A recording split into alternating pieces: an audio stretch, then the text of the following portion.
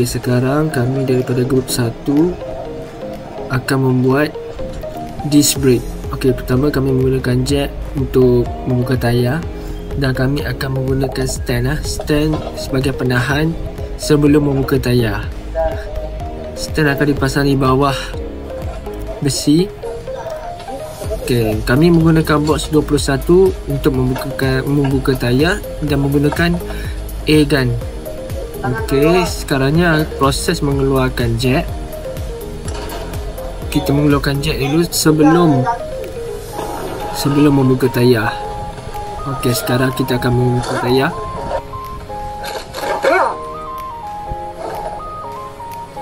Okey, tayar akan dikeluarkan dan diletak di bawah. Okey, sekarang proses mengeluarkan kaliper. Kita menggunakan double ring 17 untuk membuka kaliper belakang. Okey, sekarang membuka nut di atas pula.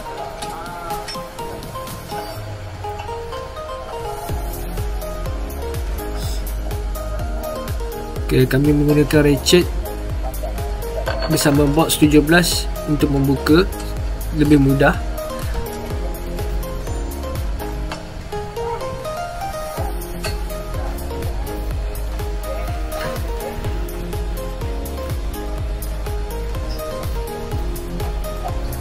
Okey, sekarang proses mengeluarkan disc dan proses mengeluarkan kaliper, iaitu mencabut hos minyak brake menggunakan box 17.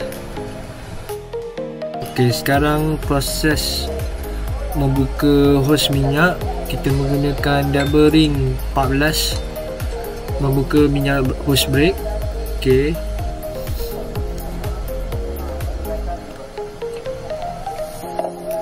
okey, kaliper telah dibuka. Okey, sekarang proses membuka bracket kaliper iaitu nut 17.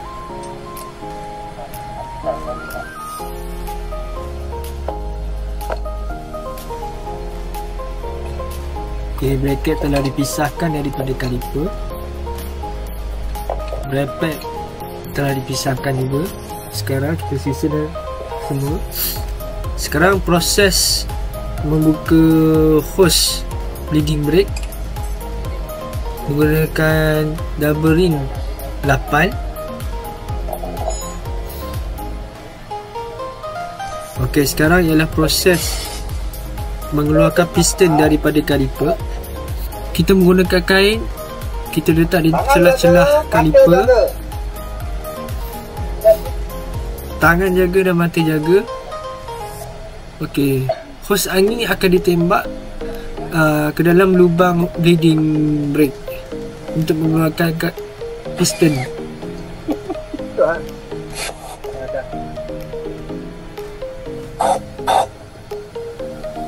Okey, piston kaliper telah pun keluar.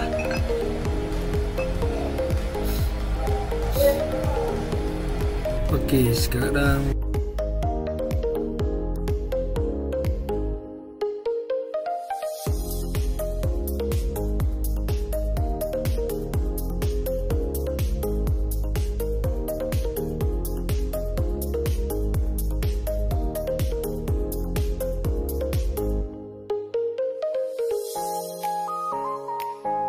diganti.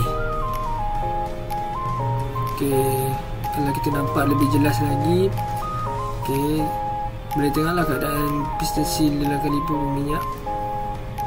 So ini piston iaitu rubber, dust rubber perlu diganti disebabkan telah koyak yang boleh menyebabkan habuk masuk ke dalam piston. Okey, piston dalam keadaan baik, maksudnya permukaan piston tidak kasar. Okey, ini kalau keadaan jelas lagi, tengok piston dia. Piston seal kita boleh lihatlah berminyak. Ini keadaan yang lebih jelas.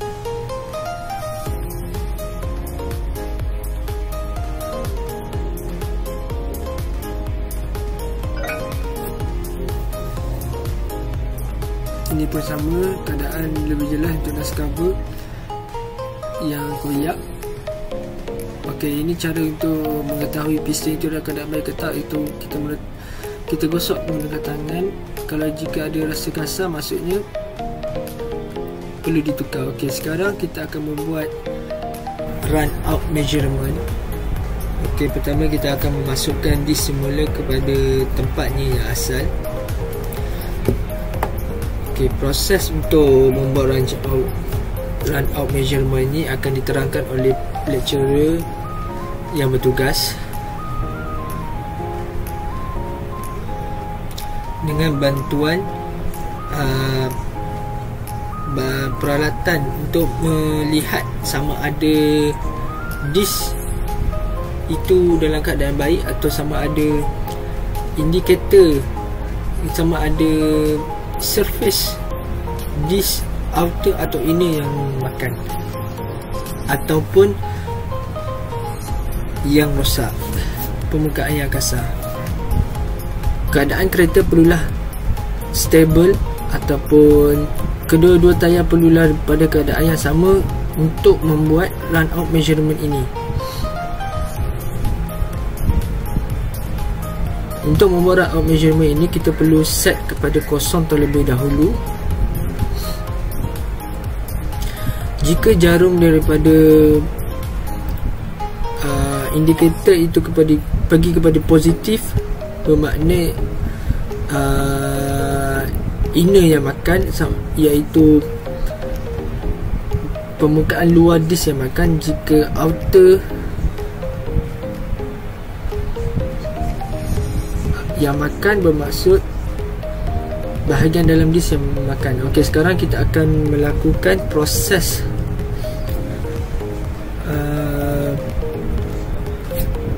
lab test yang keempat, iaitu gap pin lock pin straightness, iaitu melihat sama ada gap pin itu selari ataupun tidak gelong.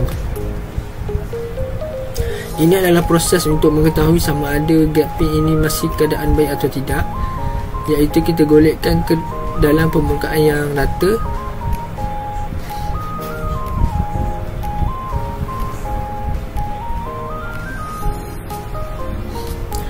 Jika gap pin itu dalam keadaan yang baik, gap pin itu semasa kita golekkan tidak akan pergi ke kiri ke kanan ataupun melantun. Okey, ini adalah kita akan membuat task yang ketiga, iaitu rub test. Pertama sekali kita akan gunakan kapur dan kita akan tutup permukaan disk bersama dengan kapur.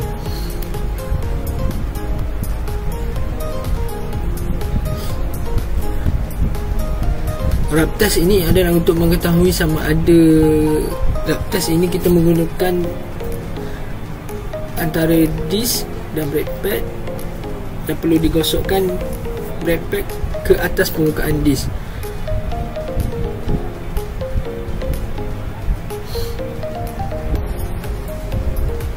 Okay, ini brake pad dalam keadaan baik, iaitu tebal. So brake pad ini digunakan untuk membuat rub test.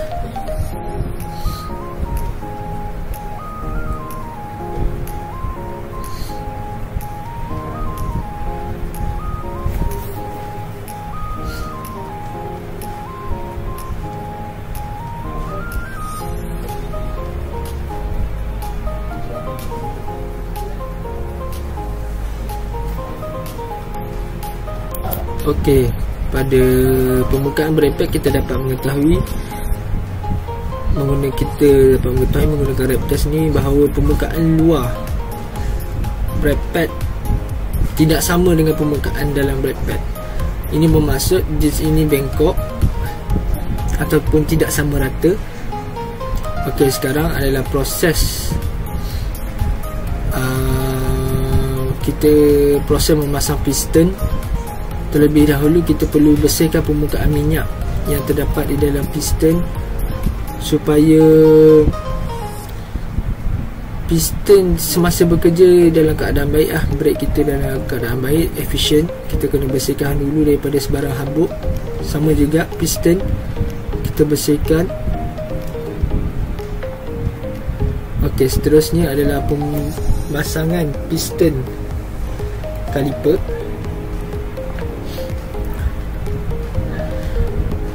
Okey, proses pemasangan piston kaliper, kita perlu menggunakan hammer ataupun apa-apa tools yang menggunakan kayu dan tolak sahaja ke dalam piston pada kaliper. Okey, sekarang kita akan membuat pemasangan disk sebelum kita membuat task yang terakhir, iaitu disk thickness measurement. Okey, sekarang adalah pemasangan disk, pemasangan kaliper.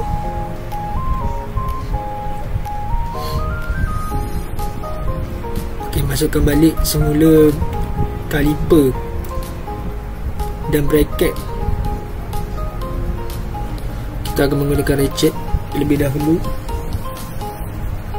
sama seperti proses membuka kaliper.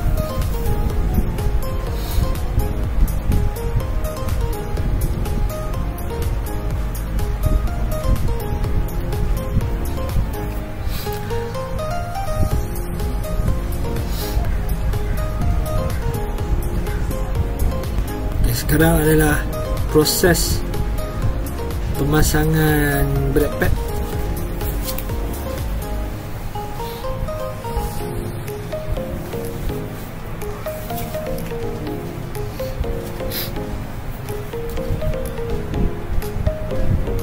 Proses pemasangan kaliper brake.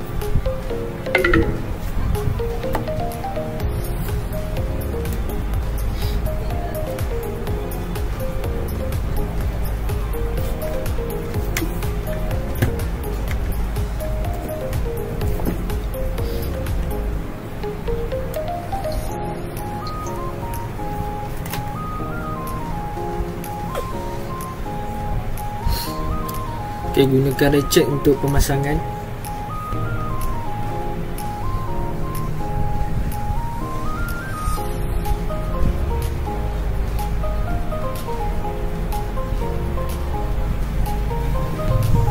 Okay, sekarang adalah proses pemasangan hose bleeding brake, iaitu hose minyak brake.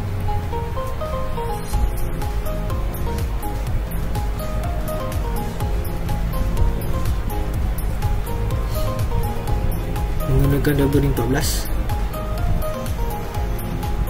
dan juga bleeding blade, iaitu bersaiz 8.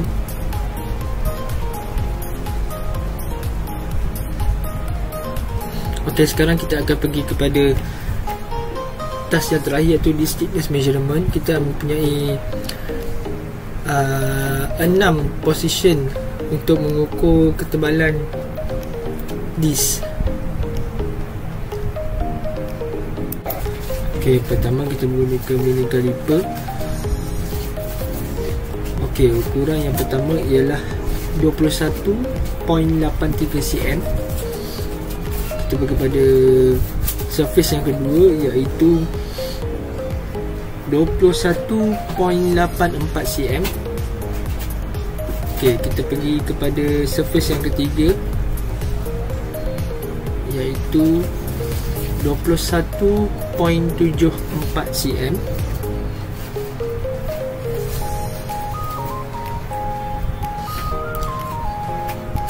Ok, kita pergi surface yang keempat, 21.90. Surface kelima 22.27 cm. Surface yang terakhir iaitu 21.95 cm. Ok, sekarang adalah proses pemasangan tayar setelah kita membuat keempat-empat task.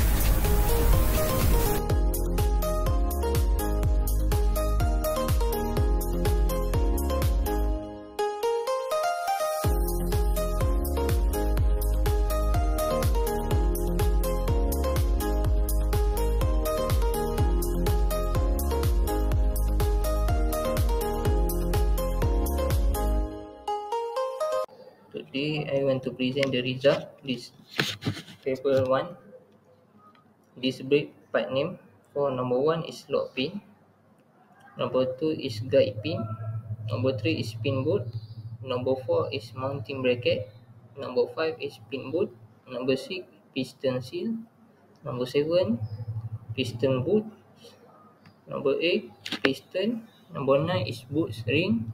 Number 10 is cylinder body. Number 11 pad friction material. 12 pad. 13 shim. 14 pad clip. For table 2, condition of this brake part. Number 1 is wear indicator. Good condition, no excessive wear or damage. Indicator not in contact with this surface. For number 2, this brake surface smooth and even. No deep groove, crack or discoloration. Minor wear within acceptable limit. For number 3, outboard brake shoe pad. Condition slightly worn but usable. No crack or oil contamination. Thickness 8 mm. For number 4, inboard brake shoe pad. Condition good condition even where compared to outboard pad. No glazing or contamination. Thickness 8 mm. For table 3 is inspection of this brake. Number 1 is run out measurement. The outer surface of the brake this is uneven. 2. This thickness measurement. For section 1, 21.83 cm. Number 2 is section 2, 21.84 cm. For number 3, section number 3, 21.74 cm. Section 4, 21.90 cm. For section 5, 22.727 cm. For number 6 section, 21.95 cm. Number 3 is rough test. Condition, this brake need to skim. Number 4 is guide pin. Lock pin straightness. Condition in good condition. Based on the next section, we should answer to all the questions. First, condition of the brake pad. Condition of the brake pad is uneven and should be replaced with new brake pad. Second of the motor is less radiation. For the correct repair procedure of the weakness radiation of the motor is the radiation have two. First, the uneven brake pad to keep the side end of the rotor surface. Second is rotor wear or corrosion. Repair procedure. Make sure the rotor thickness at serial point. Second is a surface in the heating unit and thickness if the below the minimum. Second is in the hard surface and is for opening. Lastly, it is a service method. What do you understand about run-out measurement? Run-out measurement data work for the revision or rotation of the component like the rotor brake when the component is rotated. Indicate the degree of the movement of the surface of the rotor sideways, outward and downward with the respect to the fixed point. If run-out is low without the specification rotor will rotate smoothly and braking will be easy.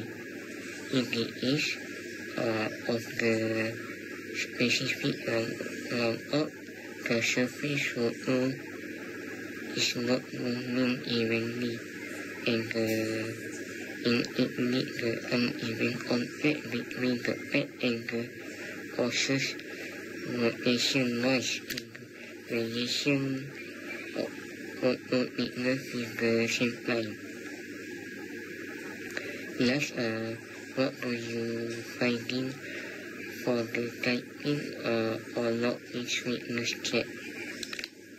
If the guiding or lock-in check is not straight, during the inspection, indicate the mechanical deformation or wear that will prevent smoothly movement of the brake caliper.